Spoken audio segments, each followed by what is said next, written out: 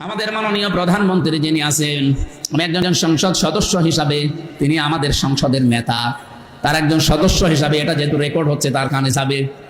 রাজশাহীবাসীর পক্ষ থেকে আজকে আহ্বান জানাচ্ছি, আপনারও একটা মেয়ে আছে জাইমা রহমান, এই রামিসাকেও নিজের মেয়ের মতো মনে করেন তো। এই রামিসার জায়গায় যদি আপনার মেয়েটা হতো, বাংলাদেশ কি হয়ে যেত এতক্ষণ? বলেন না কেন, কি হয়েছে তো আপনি বলেন। দর্শক কোথায় থাকতো, নিয়ে এসে কি করে ফেলতেন? আমার মনে হয় তারা 14 টুকরো করে ফেলতেন। আপনি তো বাবা, আমিও তো, আমার 3টা মেয়ে আছে। রামিসার দিকে তাকালে আমার মেজো মেয়ে ফারিহার কথা মনে হচ্ছে। মানুষ এত নিচে নামে কি করে? কারণ আপনি বিনা কারণে জেনে শুনে অপরাধ করেছেন যার কাছে, স্বীকার করবেন তার কাছে। এইটা বাংলাদেশে যদি চালু হয়, পরবর্তীতে যারা চেয়ারে বসবে ওরা আর অন্যায় করার সাহস পাবে না, কারণ অপরাধ যার কাছে, স্বীকার করা লাগবে তার কাছে। এই জন্য অপরাধের সাথে যারা জড়িত, সে যেভাবেই হোক, কারো কথা শুনে হোক, ডাইরেক্ট ইনডাইরেক্ট, এদের আমরা শাস্তি চাই। আর এদের শাস্তি যে হচ্ছে বা হয়েছে এর প্রমাণ দেখেন সূরা নমল 19 নম্বর পারা 20 নম্বর পৃষ্ঠা 7 নম্বর লাইনের 52 নম্বর আয়াত। ভালো করে একটু মিলান দেখেন। আমার তো মনে হচ্ছে খাপের খাপ মুমতাজের বাপ মিলে যাচ্ছে। আপনি একটু দেখেন তো মেলে কিনা। আতিলকা বুয়ুতুহুম খাবিয়াতাম বিমা যালামু। এখানে আলেম নেই, ফা দিয়ে আরম্ভ করলেন আল্লাহ বক্তব্যটা। আল্লাহ বলেন ফাতিলকা বুয়ুতুহুম, বাইতুন দেননি, বুয়ুত বহু বচন, এরপরে হুম এটা জমির, এইটাও বহু বচন। আল্লাহ বলেন এই যে এই সেই ঘরগুলো, এই সেই, ভালো করে জবাব দেবেন, এই সেই ঘর না ঘরগুলো? আল্লাহ এক বছর না দিয়ে বহু বচন কেন দিলেন? তার মানে জালেম একজন না, এদেশে জালেম আমার মনে হচ্ছে অনেক আছে। আল্লাহ বলেন এই সেই ঘরগুলো। কাদের ঘর? জালেমদের। কাদের? খাবিয়াতান, জনশূন্য করে দিয়েছি, পরিত্যক্ত বানিয়ে দিয়েছি। বিমা যালামু, তাদের জুলুমের কারণে।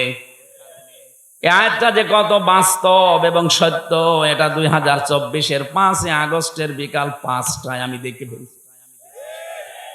কুষ্টিয়ায় দেখেন হানিফের বাড়ি, বিকাল 5টা বাজতে বাজতে পায়খানার প্যান পর্যন্ত খুলে নিয়ে চলে গেছে। ইট তো নেই, প্যানও খুলে নিয়ে চলে গেছে। এখন হয়ে গেছে ওটা জাতীয় টয়লেট, মানুষজন যায় আর ওখানে পায়খানা প্রসাব করে। গত 3 দিন আগের পত্রিকা দেখেছেন, ঢাকায় যে বাড়িটা, এত দামি বাড়ি, মানুষ অনেকে আবেগে যে চুমা খেত, অথচ এখন ওইটা গণ টয়লেট। মানুষ বিভিন্ন জন যাচ্ছে, একবারে 8 জন 10 জন করে বিভিন্ন দিকে ইঞ্জিন দিয়ে প্রসাব করছে। আপনি পেপারে দেখলেন। কাবা শরীফ তাওয়াফ করছিলাম একবার 16 সালে, 7 চক্কর দিলাম, বেশ ভালোই লাগছিল। হঠাৎ উপরে গেলাম, যে দেখি পেটে ব্যথা করছে। পুলিশকে ডাক দিয়ে বললাম, ইয়া সাদেক তাল, এদিকে আসেন। কি এতক্ষণ তো ভালোই লাগছিল, হঠাৎ আমার পেটে ব্যথা করছে, এখানে ফার্মেসি কোথায়? পুলিশ আমারে বলে, ইয়া হাজি ওল হজ্জাত আইনা বিলাদুকা, ও হাজি দেশ কোথায়? জি তুমিন বাংলাদেশ, বাংলাদেশ থেকে এসেছি। ওর ভাষা দিয়ে আমারে বলছে, হাজি আপনি জানেন না এটা কোন জায়গা? না তো। আবু জহেলের বাড়ি। আপনি এখনো পায়খানা না করে দাঁড়িয়ে আছেন, তাড়াতাড়ি করেন। পায়খানা করে দেখে আমার পেটের ব্যথা ভালো হয়ে গেছে। আল্লাহ যেন আমাকে জানাতে চাচ্ছে, হামজা এত টাকা খরচ করে আসলে আর শয়তানের মুখে পায়খানা না করে চলে যাবা, তাড়াতাড়ি করো। আমার তো মনে হচ্ছে এই 15.5 বছরে জুলুমের যে মাত্রা, আমি তো কিছুটা টের পেয়েছি। কি জুলুম করেছে বলেন তো? এই যে গুম খুন আর আয়না ঘর দিয়ে কত মানুষকে আমি পেয়েছি ওই মাটির নিচে। আমিও 10 দিন ছিলাম, দেখেছি 2 বছর 5 বছর 7 বছর 8 বছর 10 বছর 14 বছরের মানুষ নাকি ওখানে আছে। মুফতি ফখরুল সাহেব আমার সাথে ছিল, মাঝে মাঝে আমার এসে বলতো, হামজা কি করে তোমার সাথে আমি জানি না।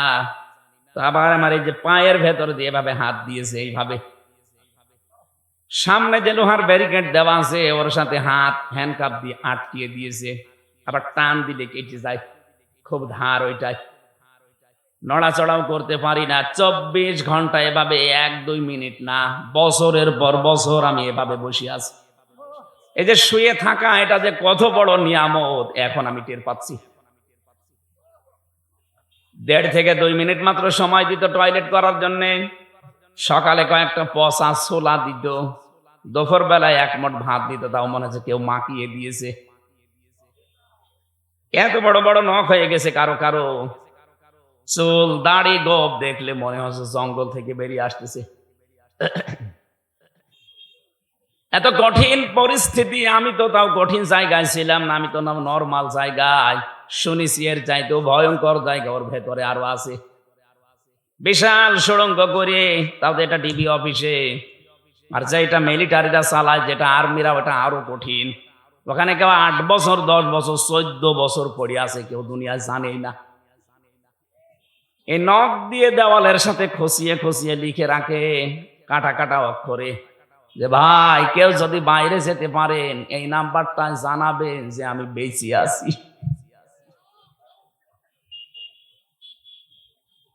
এই জুলুম যারা করেছিলেন এই 15 বছর 15.5 বছর ধরে, আপনি বলেন তো কোথায় পৌঁছিয়েছিলেন?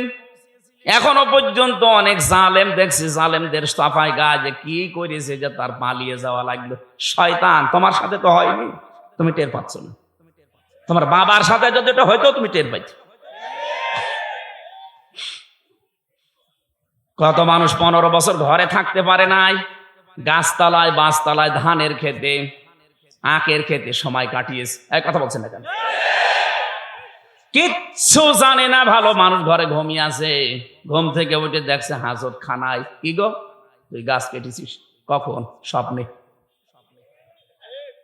আমি কি বানিয়ে বললাম? এটা হয়নি। নিজেই ধরিয়ে দেয়, নিজেই ছাড়িয়ে দেয়, মাঝখান থেকে 1-2 লাখ টাকা আল্লাহর রাস্তায় নিয়ে নেয়। কি চলছিল বলেন তো? আমাকে ধরার পরে বলছে 10 লাখ টাকা দেন, নাই তো 50টা মামলা দেব। কেন? মামলা কি বানাবেন? সব বানানো আছে, শুধু নাম লিখে দেব। কি দেশে বাস করতাম, আপনি টের পাচ্ছেন? এই ছিল নাকি আইনের শাসক? এই জুলুমের সাথে যারা জড়িত তাদেরকে বলছি, আল্লাহ যেন তাদের ঘরগুলো বাড়িগুলো আজ পরিত্যক্ত করে দিয়েছে তাদের এই জুলুমের কারণে। আল্লাহ এই জন্য বাইতুন দেয়নি, বয়ুত দিয়েছেন। সারা বাংলাদেশের 630টা থানা আছে, আমি কম বেশি 600-র উপরে থানা ঘোরা হয়ে গেছি। সব জায়গায় দেখছি এই 3 মাসে প্রায় একই অবস্থা। কুষ্টিয়ার হানিফের বাড়ি তো নিজে বললাম, কয়েকদিন আগে দিনাজপুরে গিয়েছিলাম, কি দাপট ছিল তার বাড়ি পর্যন্ত এখন পায়খানা হয়ে গেছে।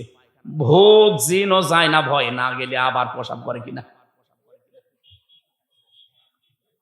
আমার মনে হচ্ছে কাবার চত্বরে আবু জেলের বাড়ি যেখানে, ওখানে যেমন আমার পেটের ব্যথা ভালো হয়ে গেছে, এদেশে অনেকের এখন দেখছি পেটে ব্যথা হচ্ছে, এই জন্য ওখানে যে জালেমদের বাড়িতে টয়লেট করছে।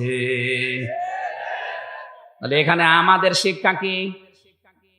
এর পরের শব্দে আল্লাহ এটা দিয়েছেন, ইন্না ফি যালিকা লায়াতাল লিকাউমিন ইয়ালামুন।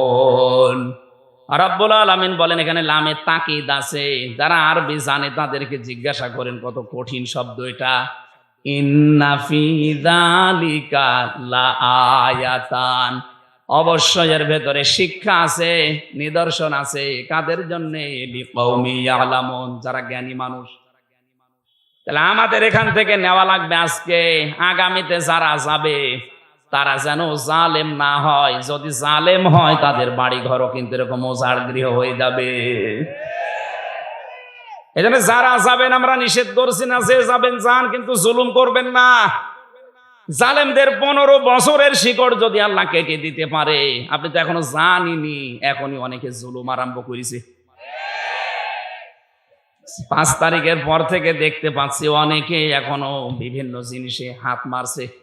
কেউ বাজারে, কেউ নৌকা ঘাটে, কেউ গরুর হাটে। এক কথা বলছেন এখন। কেউ চাঁদাবাজি আরম্ভ করে দিয়েছেন, এখনো থালা পাননি হাতে, পেলে কি করবেন? এজন্য সাবধান। ওরা অত্যাচার করেছে, ওরা এই জন্য জালেম। আপনিও যদি শুরু করেন আপনিও তো জালেম। তো ওদের ভেতর আর আপনার ভেতরে পার্থক্য কি? যেন এমন আচরণ, এমন চরিত্র তৈরি করা লাগবে যেন ওদের সাথে না মেলে। কারণ মান তাশাব্বাহা বিকওমিন ফাহুয়া মিনহুম, যার সাথে আপনার চরিত্র মেলবে কিয়ামতে তার সাথে উঠবেন। 15.5 বছরে জুলুম করে, চুরি করে, টাকা পয়সা পাচার করে ওরা যে অপরাধ করেছে, আপনিও যদি ওইটা করেন কিয়ামতে ওর সাথে উঠলে আপনার আর কি কি উঠতে চান ওদের সাথে? আপনি কি এই দরবেশ সালমান রহমানের সাথে উঠতে চান? কি নমো, দাড়ি কেটে নমো হয়ে গেছে, পৃথিবীর ইতিহাস পাল্টিয়ে ফেলেছে লোকটা। 7টা ব্যাংক থেকে 36,000 কোটি টাকাও মারিং কাটিং করেছে। ইসলামী ব্যাংকটা ধ্বংস করে দিয়েছে এস আলমের মাধ্যমে। 75,000 কোটি টাকা এখান থেকে সরিয়েছে। নিজে একটা ব্যাংক বানাতে পারেন না, মানুষের টাকা পয়সা দিয়ে তৈরি করা, সেইটা নিয়ে পোদ্দারি করেন আপনি। মানুষ এটা জানোয়ার বললেও জানোয়ারের মনে হয় বিবেকাবাদ, আমারে জানোয়ার বলেন। জালেমরা পৃথিবীতে আল্লাহর সৃষ্টি জগতে নিকৃষ্ট।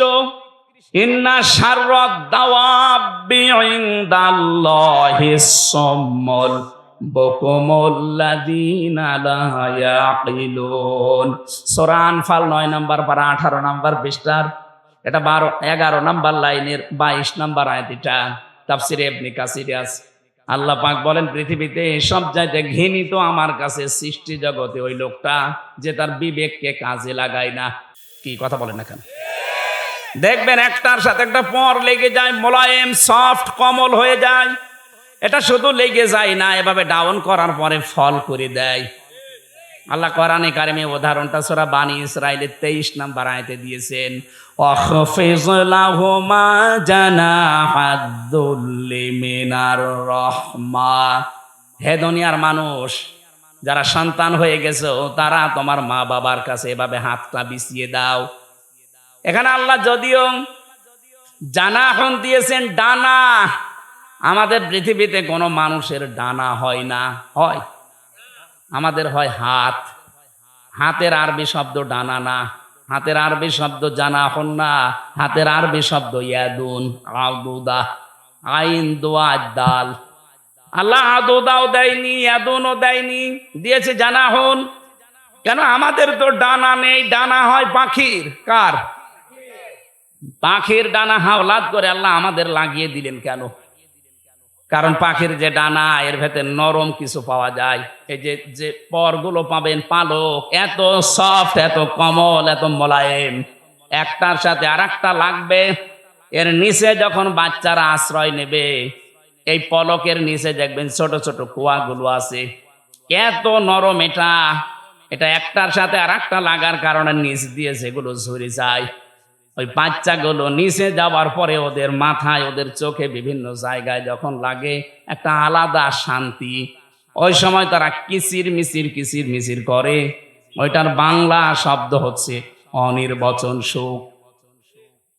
আল্লাহ এখানে বোঝাতে চেয়েছেন, ও হামজা, দুনিয়ায় তোমার মা বাবা যতদিন বেঁচে আছে, তোমার হাতটা খরচের হাত বলো, সেবার হাত বলো, এমন কায়দায় মা বাবার সামনে বিছিয়ে ধরবা অন্তত তারা যেন মনে করে আমার হামজা থাকতে আমাদের আর কোনো চিন্তা নেই। বলেন সুবহানাল্লাহ।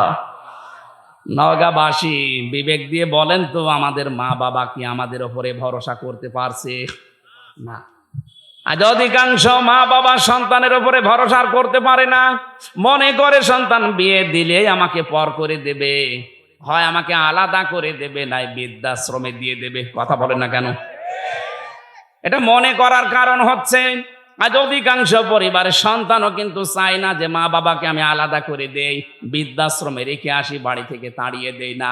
কোনো সন্তান দুনিয়া এটা চায় না, কিন্তু বাধ্য হয় বোর কারণে। আসতে বলেন। সম্মানিত মা বোন যারা এসেছেন, এই জন্য বলছে শুধু নামাজ পড়া, রোজা রাখা, গালো বোরকা পরা ইবাদত না। আপনি স্বামীর মা বাবাকে নিজের মা বাবার মতো আচরণ করবেন, এইটাও ইবাদত। এই ইবাদত আজ বাংলাদেশে নেই, এই জন্য এখন জেলা এবং থানায় থানায় বৃদ্ধাশ্রম হচ্ছে। কয়েকদিন আগে আমি নীলফামারী গিয়েছিলাম, কিশোরগঞ্জ থানা, দেখলাম বৃদ্ধাশ্রম, আমারে নিয়ে গেল দেখার জন্যে।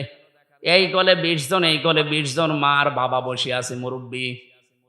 ওদের চেহারার দিকে আর চোখের দিকে তাকিয়ে আমি দেখতে পেয়েছি প্রতিটি মা বাবা তার সন্তানের জন্য বরদোয়া করছে,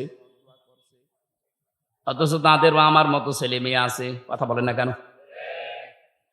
কেন আমার মতো সন্তান বিয়ে করার পরে মার বাবাকে বৃদ্ধাশ্রমে রেখে আসবে, বাড়ি থেকে তাড়িয়ে দেবে, আলাদা করে দেবে কেন?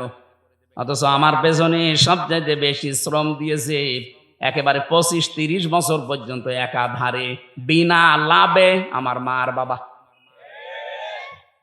কোন প্রকার লাভ ছাড়া তারা আমাকে এ পর্যন্ত তুলেছে।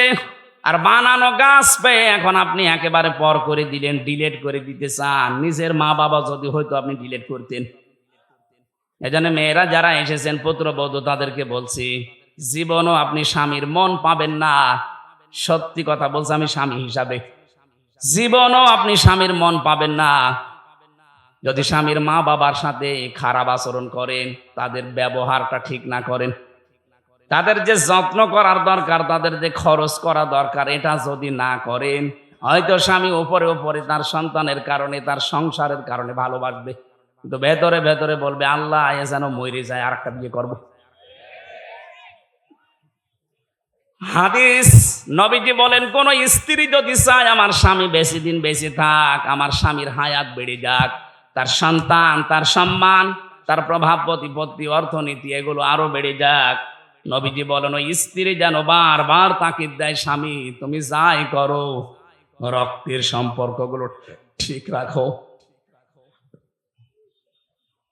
আমার সাথে সবচাইতে বেশি রক্তের সম্পর্ক আমার মা বাবার, আমার বোনের, আমার ভাইয়ের, আমার চাচার, আমার ফুফুর। এই কথা বলছেন না কেন? এইগুলোর সাথে আজ সম্পর্ক ভঙ্গ করার জন্য সবচাইতে বেশি দায়ী বউরা। আমি জানি মেয়েরা এখন আমার নামে বরদোয়া করছে, আল্লাহ হুজুর মরুক, মরবো তাও আমি বলবো, কারণ আমি চাই আপনারা যেন বেঁচে যান। হাজারো স্ত্রী কিন্তু জাহান্নামে যাবে, কিন্তু এই স্বামী স্ত্রীর এই রক্তের সম্পর্কগুলো নষ্ট করার কারণে। কারণ আল্লাহ পৃথিবী তৈরি করার পর কমপ্লিট যখন হয়ে গেল, তখন এই রেহেম, যেটা রক্তের সম্পর্ক, আত্মীয়তা, এটা আল্লাহর পা চেপে ধরেছিল। ডাক দিয়ে বলে, মাবুদ আমার সম্পর্কে তো কিছুই বললে না। আল্লাহ পাক ওই দিন জানিয়েছে, রেহেম তোমার সম্পর্কে আমার রায় হচ্ছে, তোমার সাথে যারা সম্পর্ক অটুট রাখবে তাদের সাথে আমার সম্পর্ক ঠিক থাকবে, আর তোমার সাথে যাদের সম্পর্ক কাট হয়ে যাবে, আমি আল্লাহ বলছি তাদের সাথে আমিও সম্পর্ক ছেদ করলাম। বলেন নাউজুবিল্লাহ। আপনি বড় নাপ জোব্বা গায়ে দিয়ে নামাজ পড়ে হাসি হয়ে কি করবেন যদি এইগুলো ঠিক করতে না পারি আমরা? এই জন্য আমি সহ যারা এসেছি আশা করব অবশ্যই আজকে থেকে যাই হোক, যদি বউ বাদ দেওয়া লাগে দরকার হয় বাদ দিয়ে আর একটা বিয়ে করব। রক্তের সম্পর্ক ছিন্ন করে জাহান্নামে হওয়া যাবে না। কারা কারা পারবেন হাত তোলেন তো। ওরে বাবাই, বিয়ে করার জন্য হা করি আছে, ঠিক আছে করবেন, 4টা পর্যন্ত করবেন। বিয়ে করা জায়েজ আছে, কিন্তু শর্ত 3টা। শুধু সুন্দরী আর মনোমুগ্ধ পরিবেশ দেখে, টাকা পয়সা দেখেই পাগল হওয়া যাবে না। 3টা বিষয় দেখা লাগবে। প্রথম, বিয়ে জায়েজ, পরের গুলো জায়েজ করার নিয়ম 3টা। আমরা তো অনেকেই সুন্দরী খুঁজি, সুন্দরী দেখে পরের গুলো না, এটা নিয়ম না। ইসলাম বিয়ে করতে বলেছে, কিন্তু আগের আয়াত পরের আয়াত দেখেন, সূরা নিসার 3, 4, 5। আল্লাহ পাক যেগুলোর নাম দিয়েছেন, এখানে হয় এতিম হওয়া লাগবে, অসহায়, 2 নম্বরে সে বিধবা হওয়া লাগবে, 3 নম্বরে তার স্বামী পরিত্যক্তা হওয়া লাগবে। এরকম মহিলা দেখে বিয়ে করার নিয়ম। আরো খুঁজে বেড়াচ্ছে আকিস গ্রুপের মেয়ে। আমার আকিস সাহেবের 3 বউ, ওনার ছেলে 4 বউ। প্রথমটা ঢাকা বিশ্ববিদ্যালয় স্যার, শিক্ষিকা, পরের গুলো সবই একটু নর্মাল। দ্বিতীয়টা ঠিক আছে, দ্বিতীয়টা এমবিবিএস ডাক্তার, 3 নাম্বারটা নার্স, 4 নাম্বারটা ওনার কর্মচারী। উনি তো এই কোরআনের আয়াত মিলিয়েই করেছে, অসহায়, বিধবা করেনি, স্বামী পরিত্যক্তাও না, কিন্তু গরিব মানুষের মেয়ে। তো ওনাদের যে সম্পদ আল্লাহ দিয়েছে, ওনাদের যে সম্মান, ওনাদের যে শরীর যা খায়, আকিজের বড় ছেলের সাথে আমি থাকি, উনি দেখেছি উনি যে খাবার খায় এক একদিন মনে হয় 8 থেকে 10,000 টাকার খাবার। এই এত খাওয়া লাগে না, এমন এমন খাবার এত দাম 2,000 টাকা। এই জন্য শরীর ওইরকম টাইট। এখন 70 বছর বয়স, 4টা বউ, আল্লাহর রাস্তায় চালিয়ে যাচ্ছে, কোনো অসুবিধা নেই। অথচ আমার যে শরীর একটাই চলে না, আমি একটারই সময় দিতে পারি না। এই যে কয়দিন বের হয়েছি বাড়ি থেকে, খালি বাড়ি থেকে গেতাস ওই তাই করে বেড়াও গা। এমনি 3 বছর জেল খেটে আসলে হয়নি, আবার ওই জেলের মতোই ঘুরে বেড়াও, তোমার আর বাড়ি আসার দরকার নেই। আমার দ্বারা 4 বউ সাজে? যদি অসহায় হয়, যদি বিধবা হয়, স্বামী পরিত্যক্তা হয়, এইরকম মহিলা দেখে এতিম অসহায় তাদেরকে দিয়ে বিয়ে করা জায়েজ আছে পরের গুলো। আর আমরা এটা উল্টিয়ে ইসলামকে কলঙ্কিত করার জন্য শুধু খুঁজে বেড়াই ধনী মানুষ আর সুন্দরী। না, প্রথমটা ঠিক আছে। প্রথমটা আমি মনে হয় এটা বোঝাতে পেরেছি। আয়াতটা নিয়ে অনেকের অভিযোগ আছে, চায়ের বিয়ে করতে বলে আমার রিমান্ডে বলছিল এক অফিসার মুসলমান, আপনার আকিজের ছেলে চায়ের বিয়ে করেছে, তাহলে আমার বউকে বলবো চায়ের স্বামী ধরতে? আমি ধরতে বলে, আপনার বউ যদি চায়ের স্বামী ধরে, যদি ছেলে হয়, কোন কোন বাপের পরিচয় দেবে? বলছে ডিএনএ টেস্ট করে পরীক্ষা করে দরকার বলবে যে অমুক বাপের ছেলে। কত বড় শয়তান! এক মহিলার যদি চায়ের স্বামী হয়, সন্তান হলে কাড়াকাড়ি হবে না? এ বলবে আমি হাফ বাবা, ও বলবে আমি ফুল বাবা, ও বলবে আমি 3 ভাগের 1 ভাগ বাবা। আর একজনের যদি চায়ের স্ত্রী হয়, সন্তান যদি 1 বছরে 4টা করে হয়, বাবা কয়টা?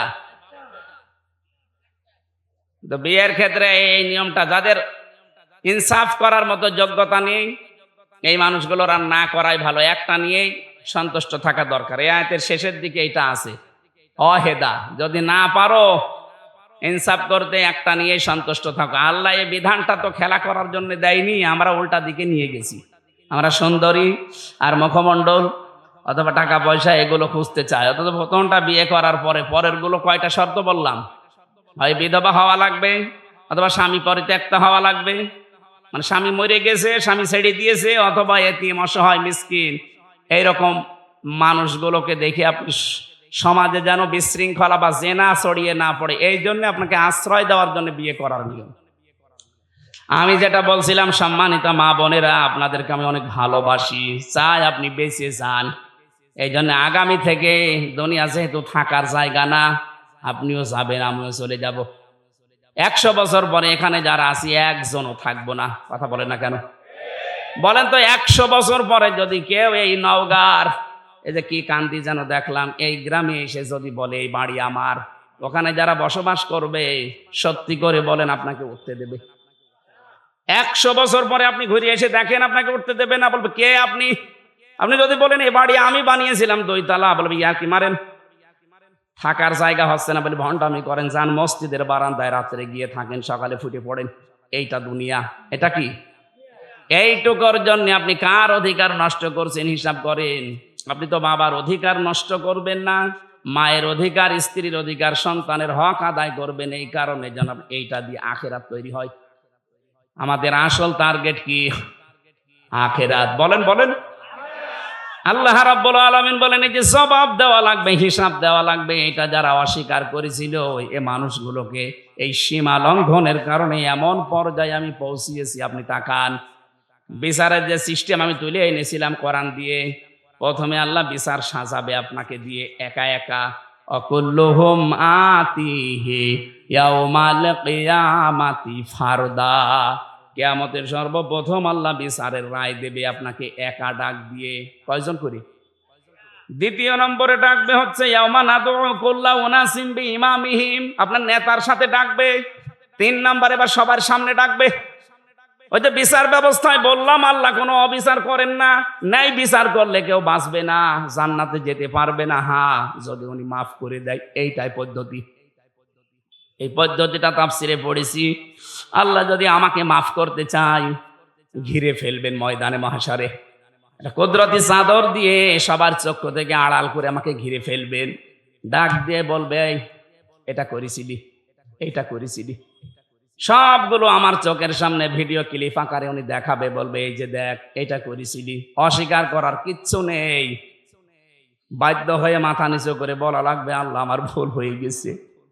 আল্লাহ পাক বলেন, যখনই বান্দা এ কথা বলবে আমার রহমতের জরিয়ায় জোশ পয়দা হবে, শেষে বলবো যা আজকে ধরে আমি গোপনে মাফ করে দিলাম। এইটা দরকার জীবনে। এইটা যদি আমাদের জীবনে এসে যায়, আমাদের জীবন সাকসেস। ফামান যুহজিহা আনিন নারি ওয়া উদখিলাল জান্নাতা ফাকাদ ফাজ ওমাল হায়াতুদ দুনিয়া ইল্লা মাতাউল গুরুর। সূরা আলে ইমরান 4 নাম্বার পারা 13 নাম্বার পৃষ্ঠার 12 নাম্বার লাইনের 85 নাম্বার আয়াতের শেষের দিকে আছে 185। আল্লাহ পাক বলেন, জীবনের হার জিত মানুষ বোঝে না। আসল মানুষের হার জিতের জীবন ওইটা যাকে কিয়ামতে আমি আল্লাহ মাফ করে দিয়ে বলবো যা জান্নাতে চলে যা, এই লোকটার জীবনই সফল। এরকম একটা জীবন তৈরি করার জন্য আখিরাত ভিত্তিক গঠন করার তৌফিক আল্লাহ যেন দান করেন, বলেন আমিন। আল্লাহুম্মা আমিন। লা ইলাহা ইল্লা আনতা সুবহানাকা ইন্নী কুনতু মিনাজ জালিমিন। রব্বুল আলামিন, 2 দিন ব্যাপী তাফসীর মাহফিলে নওগাঁর এই মাটিতে বসে আমরা দোয়া করছি। সারাটা জীবন অপরাধ করে জীবনটা আমরা নষ্ট করে ফেলেছি। আল্লাহ আমাদের গুনার দিকে তাকিও না, তোমার রহমতের দিকে তাকাও, জিন্দেগীর গুনাহগুলো মাফ করে দাও। সারাটা জীবন অপরাধ করে আমাদের জীবন শেষ হয়ে গেছে। কিছু বলবেন?